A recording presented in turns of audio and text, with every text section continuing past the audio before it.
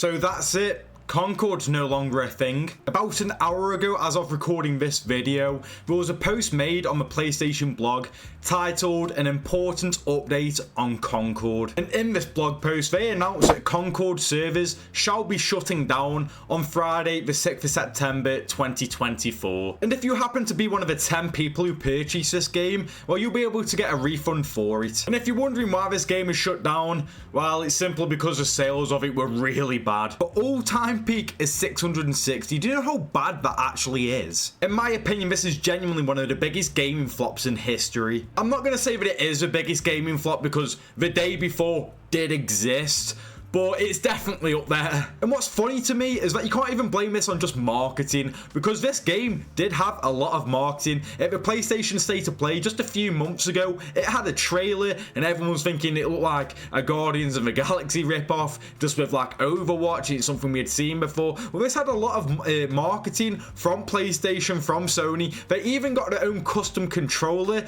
and it was actually a pretty cool looking controller as well, but I'd imagine that'll end up going off the shelves. But yeah, just an absolute shit show for Concord. And I've heard from many people who have played it that it is a bad game. I can't say for myself because, again, only 10 people brought the game in the first place.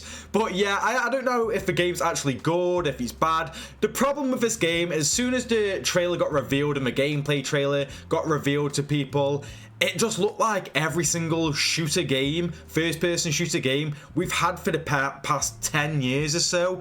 It looked generic, lazy, stale. There was no fresh coat of paint. There was nothing new with this game. There was nothing new to offer that we hadn't seen from a first-person shooter within the last 10 years. I feel like that is the big downfall of this game to begin with. Because let's be honest, it's very hard to sell something if you've played it before or you've seen it before. It's like if an artist kept on dropping a similar album, you know, you just wouldn't listen to it because it just sounds like the last album and the last album and the last album. Or a film comes out and it's the exact same plot, or, you know, there's just nothing new with it, and it's just the same as every other film.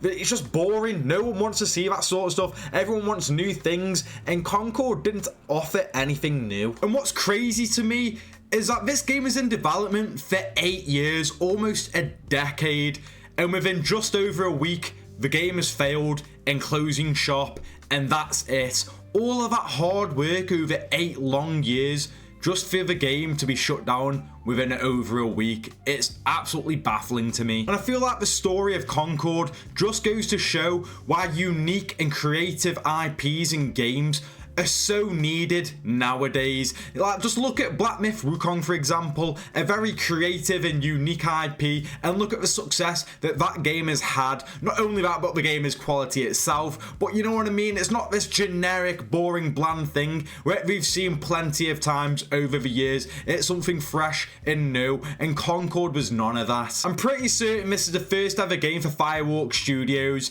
and it wouldn't surprise me if it's also the last game they ever create, unfortunately.